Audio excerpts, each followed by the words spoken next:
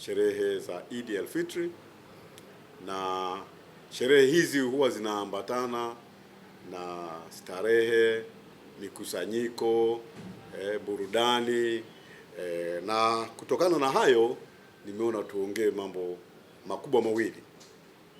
Cha kwanza ni kuwaasa watu wote tunaposherekea sherehe hizi tutunze hali ya amani. Jeshi la Polisi tumejipanga vizuri, tumeshaainisha maeneo mbalimbali ambako hizi sherehe zitafanyika. Tukianza na nyumba za ibada ambako ndiyo swala ya Idi itafanyika, tumeshaainisha zile nyumba zote na tutaweka hali ya utulivu katika nyumba hizo ili watu waweze kuswali katika hali ya usalama. Lakini cha pili, tumeainisha maeneo ambayo watu watakusanyika kwa ajili ya burudani. Kwenye eneo letu la mkoa wa Kusini Unguja tuna fukwe za bahari, maeneo ya Paje, Bwejuu, Michamvi, Makunduchi, Kizimkazi. Haya yote tunategemea watu wengi watakusanyika kwa ajili ya burudani mbalimbali, kuogelea na vitu kama hivyo. Na wengine watatoka maeneo mbalimbali ikiwepo mkoa wa Mjini Magharibi. Kwa kawaida watu wanatoka mjini wanakuja shamba kwa ajili ya burudani mbalimbali kusherehekea sikukuu hii. Na wengine wanakuja na magari. Kwa hiyo ni waase madereva wote, katika vyombo watakavyovitumia kwenda kwenye sehemu mbalimbali za starehe, waendeshe magari kwa kufuata sheria za usalama barabarani. Wasiendeshe magari wakiwa walevi, lakini wapakize watu kulingana na uwezo wa gari. Sio gari inakuwa imejaa kupitiliza. Lakini tuna changamoto nyingine ambayo magari ambayo hayatumiki kwa abiria sasa siku hiyo watu wanataka kutumia. Zile keri, unaweka busati chini, unabeba watoto, majirani wengi kwenye gari ambayo sio salama. Kwa hiyo watu wazingatie hali ya usalama wakati wanaendesha hayo magari. Lakini cha pili, kule kwenye fukwe za bahari kule ambako watoto wetu wanaenda kuogelea, wazazi na walezi ni wasihi sana wale watoto wadogo wawe kwenye uangalizi wa wale wakubwa.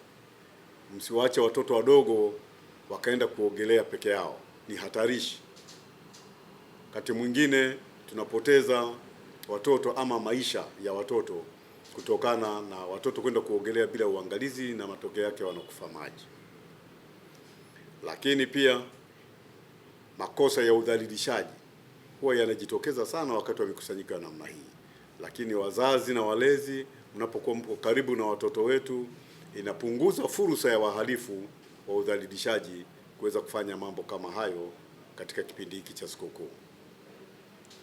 La tatu, unakuta watoto siku hiyo, tunajua wazazi tunawapenda watoto wetu, tunapenda wavae vizuri, lakini wakati mwingine tunawavalisha vidani vyenye thamani kubwa, dhahabu, fedha. Vitu hivyo vinawashawishi wahalifu kuwapora. Kwa hiyo nashauri kwamba watoto wadogo wasivalishwe vidani vya thamani, vito vya thamani wasivalishwe, kwa sababu inashawishi wahalifu. Eneo la 4 ni kule nyumbani sasa ambako mnaondoka mnaenda kwenye viwanja vya sikukuu, mnapaachaje? Nyumba ni vizuri zikabaki katika uangalizi. Isitokee kwamba watu nyumba nzima mmeenda fukweni kule, lakini nyumba mmeacha huku. Wakati mwingine hata mlango kufungwa vizuri. Kuwa na uangalizi ili kuondoa mianya ya wahalifu wengine kutumia nafasi hiyo kufanya uhalifu.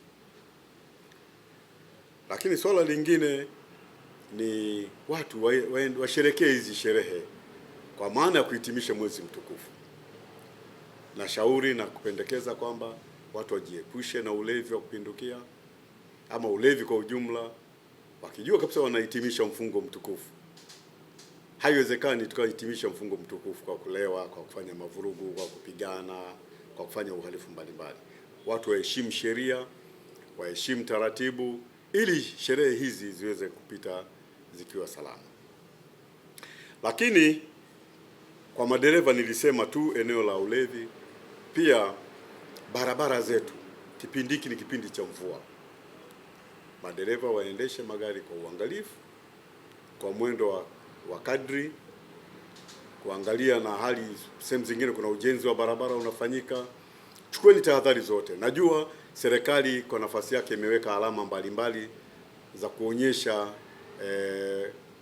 kwenye sehemu ambazo aidha kuna sehemu za kuchepuka ama kuna ujenzi unaendelea, wameweka. Basi tuzitii zile na kuzifuata ili kuongeza hali ya usalama. Mwisho kabisa, mimi nitumie fursa hii kuwatakia Waislamu wote na Watanzania kwa ujumla heri ya sikukuu ya Eid al-Fitri mwaka 2026.